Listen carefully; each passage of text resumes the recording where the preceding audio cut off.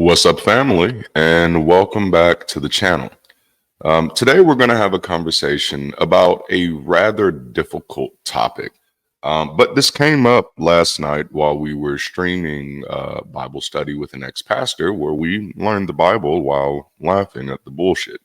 And boy, we're in the book of Exodus right now with Jason from Dragons and Genesis, and there's a lot of bullshit. So, with that, we did come across an interesting verse where I had a thought and I said, I guess it's time to talk about it. So, today's conversation, we're going to be talking about this idea of whether or not the Bible actually opposes abortion. So, go ahead and hang on to your seats. This is going to be somewhat of a rough ride. All right. So, before we get started, make sure that you like the video, subscribe to the channel, hit that alert notification bell. Consider supporting this community, this content, or this channel in any way that makes sense to you. And of course, check out the merch because we have some of the dopest merch in the game, if I say so myself. And guess what? I do. All right, so let's jump into this. Christians often claim that the God of the Bible strongly opposes abortion and that believers have a biblical obligation to protect unborn lives. However, this argument lacks a clear basis in biblical literature. We're going to examine some specific scriptures to understand how the Bible portrays God's view of preborn life. So we'll start with Genesis chapter 2, verse 7. This is the very definitive moment of human life as far as the biblical narrative is concerned. In verse 7 in chapter 2, it says, "Then the Lord God formed man from the dust of the ground and breathed into his nostrils the breath of life, and the man became a living soul." There are a few things that are important about this one verse. According to this verse, Adam becomes a living soul only after God breathes into him.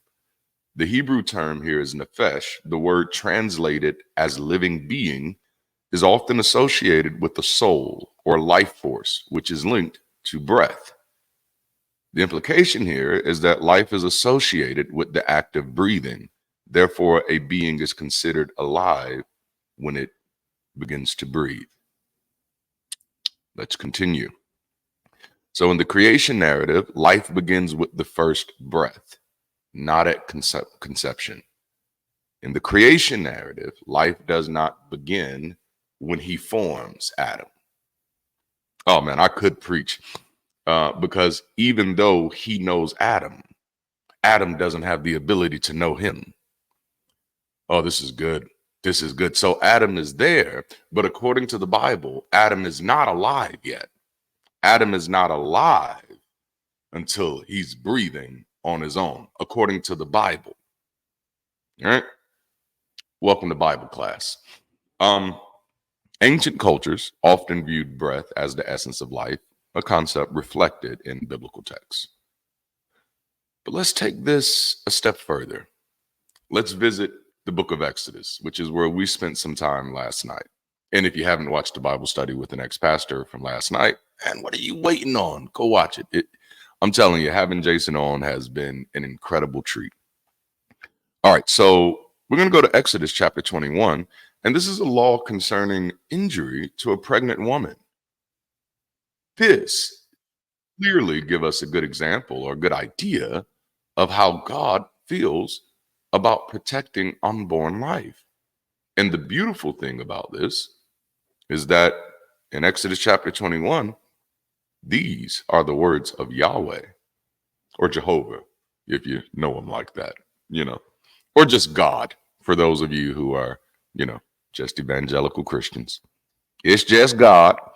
All right. So Exodus chapter 21, verses 22 through 25. When people who are fighting injure a pregnant woman so that there is a miscarriage, and yet no further harm follows, the one responsible shall be fined whatever the woman's husband demands, paying as much as the judges determine.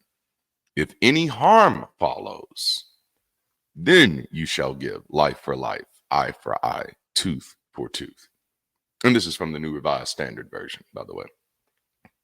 So let's talk this through a little bit. That's just 3 verses. Please feel free to read the whole chapter in context. It doesn't get any better, I promise you that. The rest of this chapter, or the start of this chapter, is about laws for slaves, how to treat them, how to beat them. You know, sorry for sniffing on y'all. I have been a little sick, but luckily you're all the way over there, so you don't get any of the germs. All right, so let's walk through this. If a miscarriage occurs but the woman is unharmed, the offender pays a fine. I want you to hear that. This is Yahweh giving divine law. All right.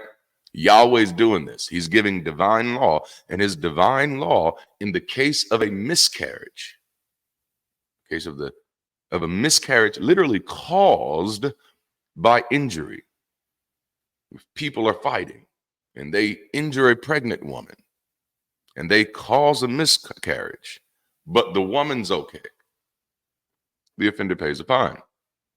If the woman is harmed or dies, the punishment is more severe, life, including life for life. The question here then what exactly is the legal status of the fetus according to God, who is giving the law? He's laying down the law code.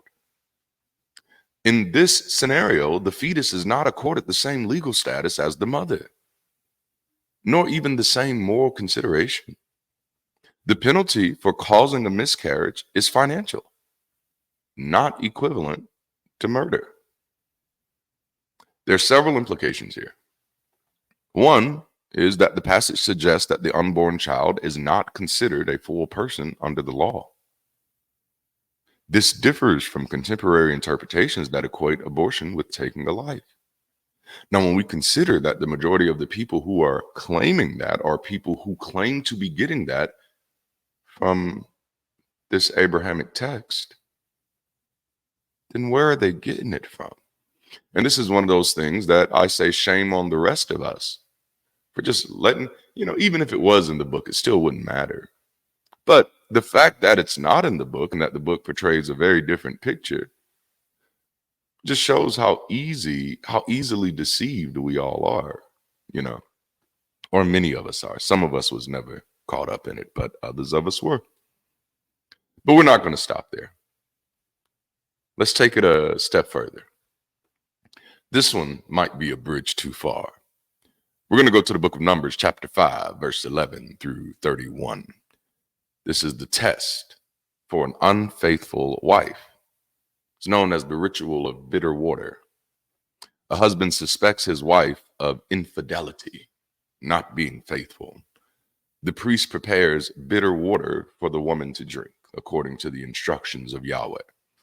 If guilty, the woman suffers physical afflictions, including a swollen abdomen and miscarrying womb. Some translations say her thigh falls away. This is actually a forced abortion. The ritual included results in a termination of the pregnancy if the woman is guilty. This is a Yahweh allotted, allowed, and authorized practice. The miscarriage, or in this case, the abortion, is seen as a direct act of God administered through the priestly ritual.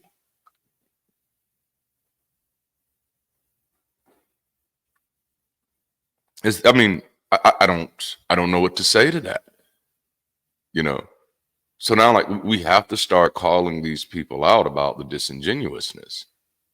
You claim that you're getting this from your moral lawgiver, but we're reading what your moral lawgiver says. Yikes. Again, the abortion is seen as a direct act of God. So if a husband thinks that his wife is cheating on him, he can go to the priest and get some abortion juice. Hello. Man. And if God, in his divine wisdom, says, yeah, I don't know why he'd need the juice to make it happen, but says, yeah, this is the one, you know what I'm saying? She's cheated. I'm going to get that baby out of there. I mean, that's God. That's God. How do you argue with your God? Help me understand. No, please don't. Please, please. That was not an invitation. Sometimes, you know. Okay, so the passage describes a divinely approved process that could cause an abortion.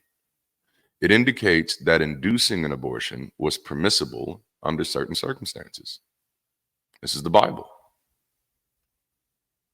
And then we can always call out the elephant in the room, that there is a lack of any prohibition of abortion in the Bible whatsoever. The Mosaic Law contains detailed commandments, but does not explicitly prohibit abortion. There are laws addressing issues like sexual morality, dietary restrictions, and ritual purity, but is silent on abortion. The lack of mention suggests that abortion was not a significant concern or was culturally acceptable in certain contexts. It's possible that early biblical texts did not consider abortion a moral or legal issue requiring legislation. Interesting, right? So the Bible doesn't consider abortion a moral or legal issue that requires legislation, but somehow the Christians are saying abortion is a moral and legal issue that requires legislation because their Bible. Man, maybe they do need the Bible in these schools so they'll finally know what the fuck it says. Okay. I told you this was going to be a rough one. So let's take another step further. Let's look at the different views of personhood and value in the Bible. And Leviticus chapter 27, verse 6 is a great place to start. And if the person is from a month up to 5 years old, the valuation shall be for a male 5 shekels of silver, and for a female 3 shekels of silver. Let me explain. This is a valuation system. The law assigns monetary values to individuals based on age and gender for the purpose of vows. Children under 1 month old are not assigned a value. Children under 1 month old are not assigned a value. Okay? Implications is that personhood begins at birth. Infants less than 1 month old are not included, possibly indicating that personhood starts after birth. The economic evaluation reflects the societal roles and perceived contributions of individuals. And then you must also consider the context of the times, a context that existed or persisted rather up until maybe 100 years ago. Because even my grandparents and aunts and uncles still have that kind of resistance to do too much for the newborn until it's here, you know? And then the further you go back, the longer that time frame goes, that you can go back a little further, maybe 200 years, and that may not even be that long, where people didn't even want to name the child after it was born for up to, a few weeks or a month, because they did not know if it was going to survive. See, those are the cultural nuances that are often lost on people. So to anachronistically say that, no, the people in this Bible wanted this and did things this way without reading it, it's just stupid, because there's so much you have to ignore. But I think what's clear here is that it shouldn't take a rocket science to see that God doesn't value any life, let alone children. You know, like life for life is an evaluation. Like that's horrible. That's horrible. Let's consider one of God's greatest acts in the book of Genesis, destroying the entire planet, all life, except for a few people on a boat, you know, who went on a 40-day cruise, kills everybody else. You ever stop to wonder how many of those would have been children? You ever stop to wonder how many of those people who were dying would have been pregnant women? You ever stop to think that one of God's greatest requests and performances of all times happens to be an act of child sacrifice? Like you, like, like when people talk about they're getting their morality from this God and then drawing these lines, I'm like, where are you getting this shit from? Because it's not here. So, in all fairness, let's look at some of the places where they're getting it from.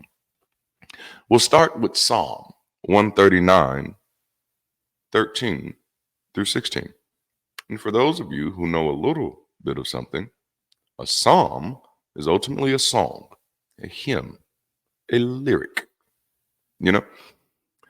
For you formed my inward parts. You knit me together in my mother's womb. You saw my unformed substance. In your book were written, every one of them, the days that were formed for me. Beautiful, nice.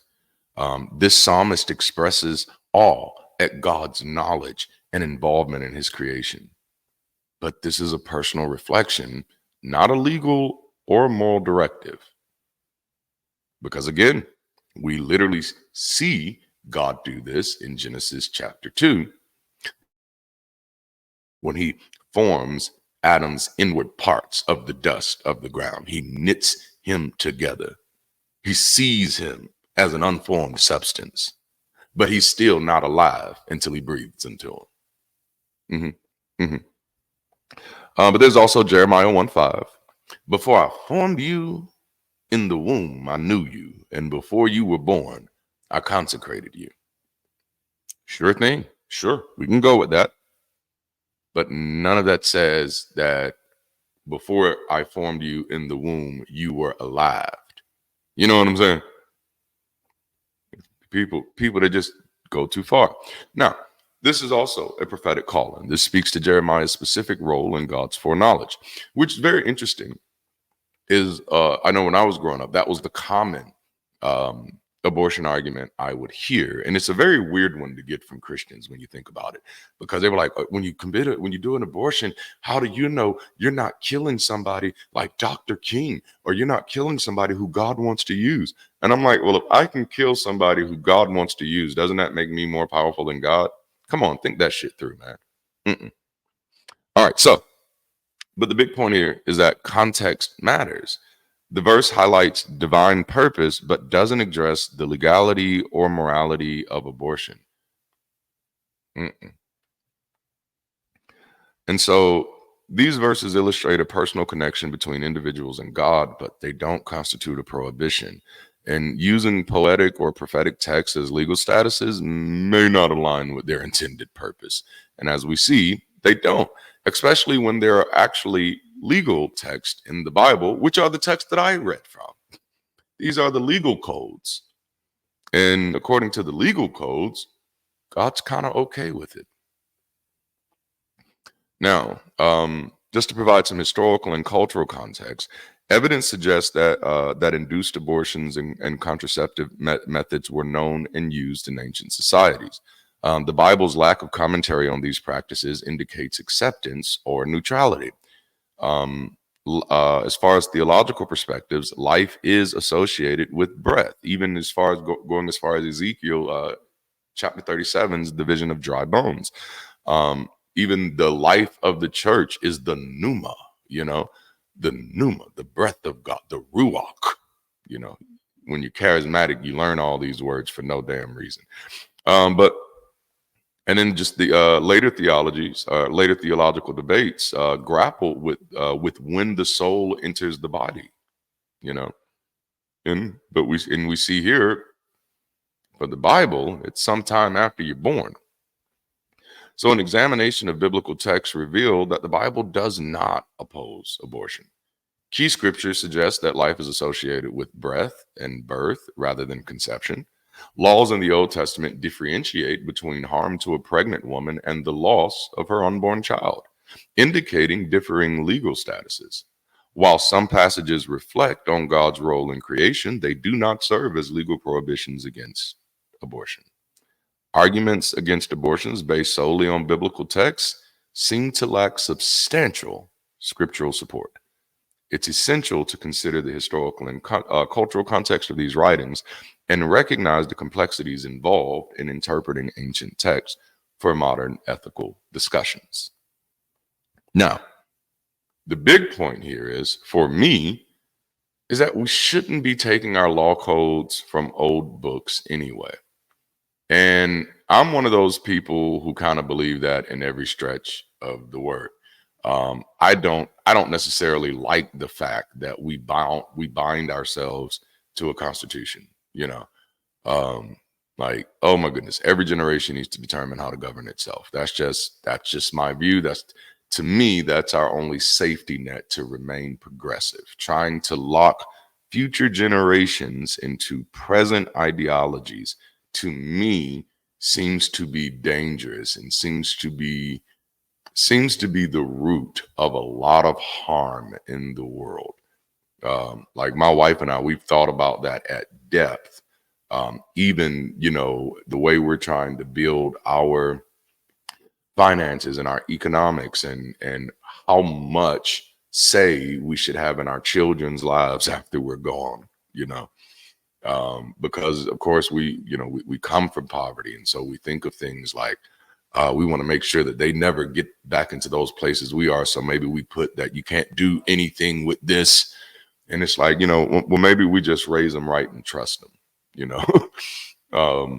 and, because I don't know. I don't know if we're going to have the best insight into what they should be doing when we're gone, and I know that's a hard thing to think about for some, but that's just me. That is definitely me. I'm hoping that we've instilled within them, and still are, because we're still raising them for sure.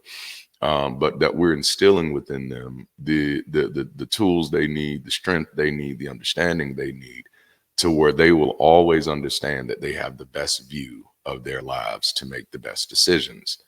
I really wouldn't be flattered by the idea like, oh, I got to go check with dad with everything, and that's what we've kind of gotten from these authoritarian ideologies, that we've ingrained these things so much into our culture that many of us still treat our children like property, or if not property, we treat them like pawns on a chessboard, which that was definitely going to be me for a while. That was going to be me. My children was going to be the pawns. This is how we're going to, and it's just like, what? Now, of course, you don't think of it like that when you're thinking that, but ultimately that's what it becomes, when you grow up hearing things like, I brought you into this world, I can take you out, it's all fun and games until somebody actually tries it. But no, in all seriousness, we shouldn't be getting our values from these books, period. But for this conversation, I hope we now see that when Christians are saying that God opposes abortion, they're being 100% disingenuous. And this is either an issue of wickedness, which means that they know that this argument has no biblical support and they're just doing it anyway, or weakness, where they don't fucking know and are just following the fucking crowd. Either way, I just gave you a little bit of helpful information that'll help you combat that bullshit. All right, so I hope you enjoyed the time. Ooh, I knocked this one out in less than 30 minutes. which means I get time for a smoke break before I go back to work. That makes me happy. But no, in all seriousness, thank you all so much for hanging out with me. Thank you for putting up with these conversations. I know some of these are harder than the others, but these are just the things that come through my mind, and I want to share them, especially if they're going to be helpful for anyone. If this is going to help you have more helpful conversations, then hey, let's go for it. So I think that's all I have. I love you. Don't forget to like the video, subscribe to the channel, hit that alert notification bell. Consider connecting, joining, or supporting with this channel, content, or community in any way that makes sense to you. And then, of course, check out our merch, because we have some of the dopest merch out there right now.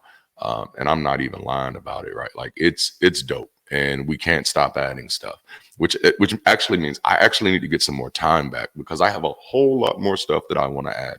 And so y'all, in the words of the church, y'all pray for me. Your boy trying to get his time. I'm trying to get my time back, because work is taking all of it right now.